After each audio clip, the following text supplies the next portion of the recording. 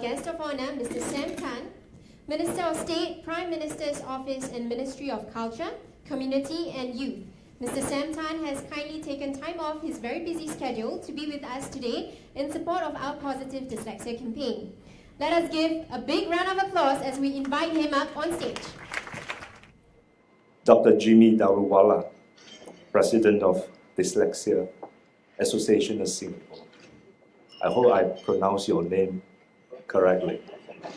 Trust me, the word Daruwala is not in my dyslexic dictionary. So I practiced the pronunciation for more than 10 times.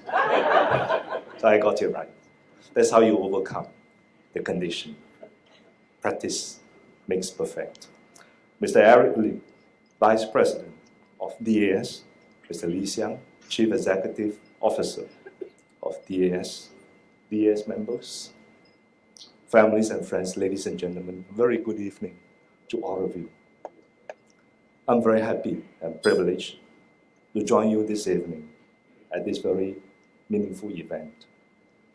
I'm standing here, not so much to give a speech, but just to share my little story with you. Some of you, actually all of you should have known already because Dr.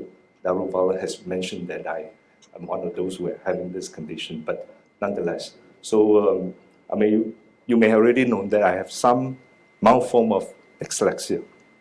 You cannot see it from where you are sitting now, but the notes that I have prepared in front of me actually tell some story. The notes are written in big fonts, really big fonts, font size 20. And the words are embold, and the lines are double spaced, just in case I cannot follow the line, so I have to double space it. I got to use my fingers to point to the lines, just in case I misread it. In addition, the speech is punctuated by highlighting pens, and certain difficult words, like the name of Dr. Daruwala, some difficult words, are specially marked with dots below them. And I have to read the notes between 5 and 10 times, depending on whether I have the time. If I have a time, I'll practice it for 10 times, just to remember the words, and also to get the rhythm right. So just in case you do not see, very colorful. So after years of dealing with my condition, I still have, up to today, still have to put in a lot of effort to prepare myself before speaking in front of a crowd, any crowd, big or small. I still have to practice it. And after hearing my experience, so I hope that you realize that you are not alone if you had the condition. But unlike many of our young friends today, I see quite a few young friends here, who may already know about the condition at a younger age. I didn't know I was dyslexic till I entered university at the age of 22, 23. So Jackie Stewart discovered he has dyslexia at the age of 41. I discovered it at about 21 or 22. Then I met a lecturer who was an American, so who understood the difficulties that I faced in school in my younger days. So he put me aside one day after class and told me that I might be suffering from dyslexia. I didn't even know that what dyslexia was at that time. It was a new word. Remember, it was in 1979 when few people actually had heard about the word. Then this lecturer suggested that I could overcome my dyslexia in English in attending classes at the university language lab, if possible on a daily basis. So the language lab has been my home for 4 years when I was in the university. And the lecturer also pointed out that I could try to recognize and pronounce words by sound, not pronunciation, but some musical notes, or color, or anything that I can relate to when I read the words. So from there, slowly, by trial and error, countless experimentation, I finally pick up a technique where I will follow the sound or rhythm. So if I get the rhythm right, then I can read. If I cannot, then it is difficult for me to complete the sentence. And then I have to rewrite the sentence to something that can fit into the rhythm. So you make changes and adjustments. So before I learn about my learning conditions and master the technique, so I did not do very well. In fact, I did quite badly for my English throughout my early years of education. So I can achieve 80, 90 marks for Chinese language and other subjects, but I just don't understand why I just cannot master the English language. And no matter how hard I try, my English marks were still quite poor. I even failed my GCE, O and A level English oral examination, failed. So back then, nobody in my family had any clue about dyslexia.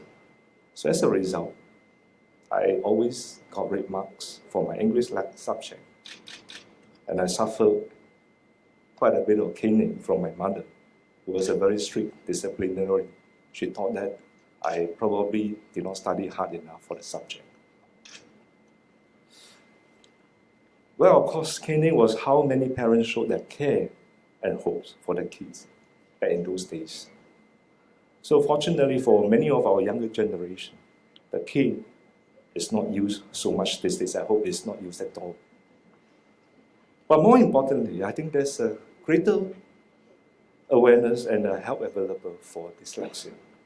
So the fact that we have gathered here today to embrace dyslexia reflects that mindset shift. So dyslexia is not a form of learning difficulty.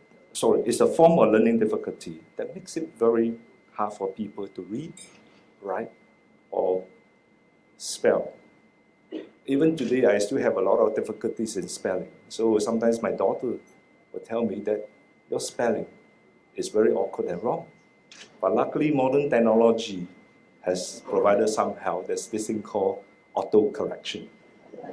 But the problem is sometimes auto-correction overcorrect, and then the words that I want to type become something else. So you've got to be careful.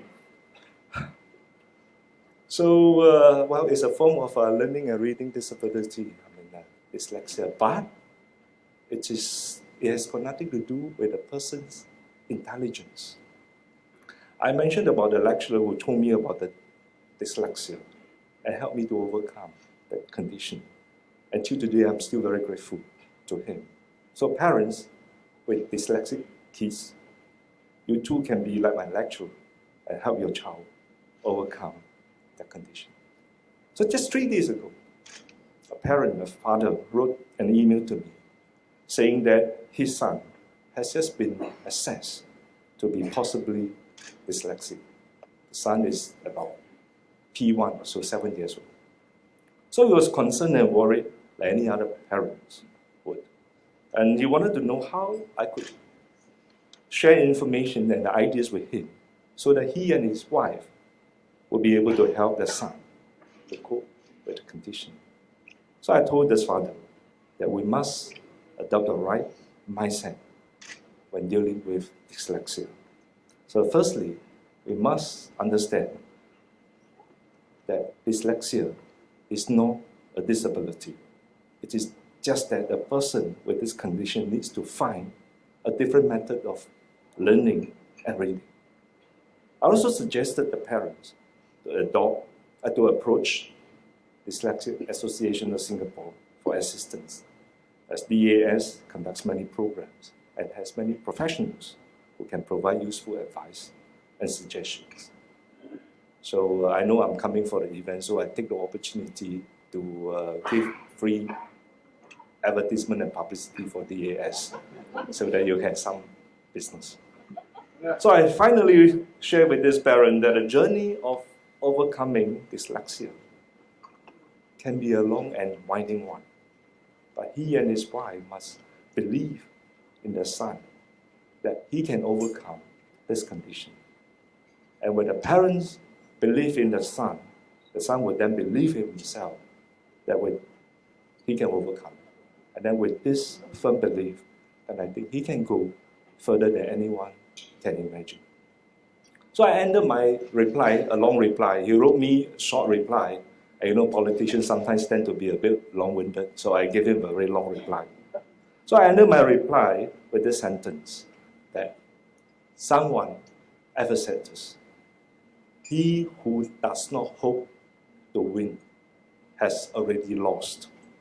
So it is crucial that you and your wife must always have the hope that your son will overcome the condition and do just as well as many other people in life.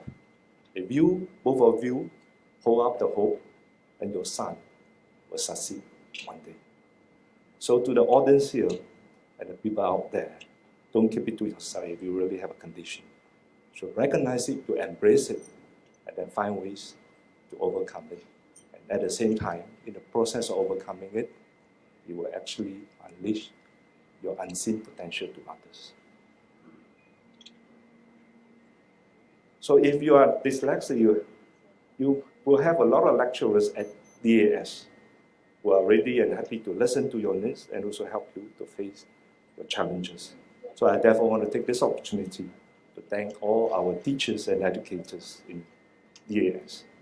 With more people like you and groups at DAS around today, those of us with dyslexia can have a better quality of life. And you can make a lot of difference to other people's life. So I think it is timely for me to encourage all of you to put your hands together to thank our educated teachers and the people who are running the DAs for their contributions and the care and concern for the people who are in the dyslexic community.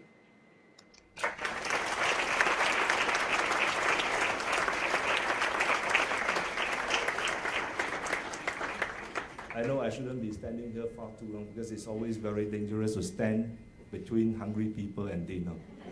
So I will just end my little sharing with this little line that for those of you here, if you have perfect condition, I say, well done, congratulations. But for those of you who have dyslexia, I say that you can be a minister of state. Thank you.